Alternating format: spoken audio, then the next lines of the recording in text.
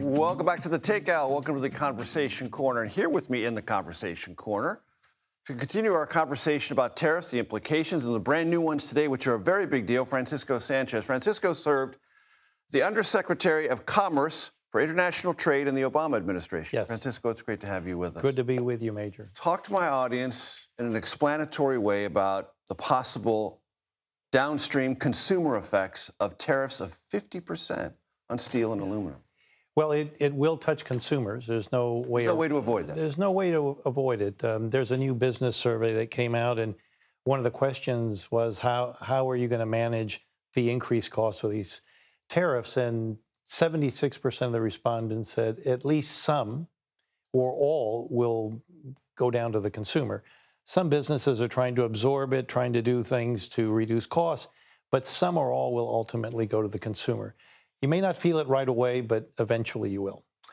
And when we look at Canada and Mexico, two of our largest trading partners, what have they said so far about the implications from their vantage point about these tariffs? I haven't heard any comments from Canada. I just saw a news reading less than an hour ago that President Sheinbaum of Mexico said there will be a response if they can't reach an agreement. So I think the Canadians said more or less the same thing. That they're going to wait and see if they can resolve something in the next couple of days, maybe a week or so. Right. Makes sense.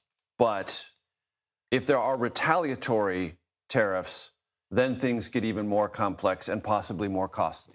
Well, it certainly gets more complicated for American business that sells into Canada and sells into Mexico.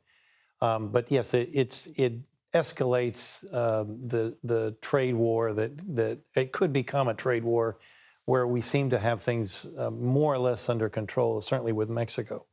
Do you find yourself in a kind of whipsawed intellectual space right now? Because you worked for the Obama administration. You were telling me during the break, some of those who were your strongest backers and advocates were Republicans back then, and you got a lot of crossfire, as it were, from Democrats about free trade. Do you feel like you're in a strange upside-down world now? It does feel a little... Kind of a Stranger Things reference? It does feel a little odd because, in fact... Love that show, by the way. Whenever I do, too. I saw the Broadway show just last week.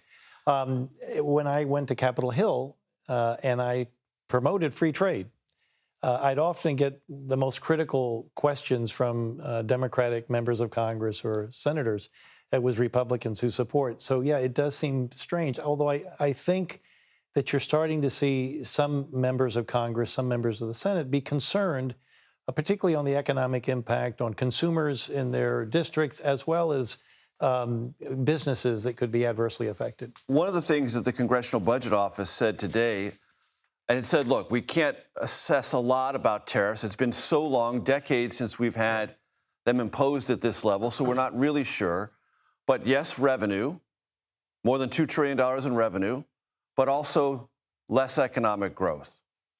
Well, look, it's going to affect certain industries differently. More profoundly than others. That's right. So if you look at, let's talk about what's happened today with steel and aluminum. Certainly this will be good for the steel and aluminum industry of the United States. That exists right now. Right? They'll likely get more sales. They could see an increased number of employees that they have to bring in. They currently employ roughly 90,000 mill workers. And overall, if you add office workers, salespeople, you're probably at about 275, 280,000. Attached to the steel industry. Attached to the steel industry. But compare that to industries that depend on steel. So let's take construction, for example, that employs over 10 million people. If you see a drop in employment, that will dwarf, or rather the increase you see in steel industry employment will be dwarfed by the number of potential job losses in the construction industry. Automobile industry employs over 4 million people. Again, if you see a drop in that, it'll be a larger number than the number of new jobs that are created in steel and aluminum. And how many consumer products do people touch that involve aluminum or steel? Well, it directly or indirectly, a lot. I mean, the ones that come to mind obviously are automobiles, homes, constructions. Sure. Manufacturing of appliances and other consumer goods. But indirectly, there are things that grocery stores use that that require steel and aluminum. So you may not be buying something that's specifically made of steel or aluminum, but where you buy it does use it, and it will have the effect of increasing costs. Last question. We got about a minute to go, so I don't want to require you to do too much, but when you were in the Obama administration, there was a conversation, there has been a conversation about reshoring, trying to get more manufacturing in this country. How do you evaluate tariffs as a mechanism to achieve that? Well, I think it will have some impact. I think you're positive impact. Yeah, in the sense if you want to bring industry in, you're already starting to see some companies that are looking to do that.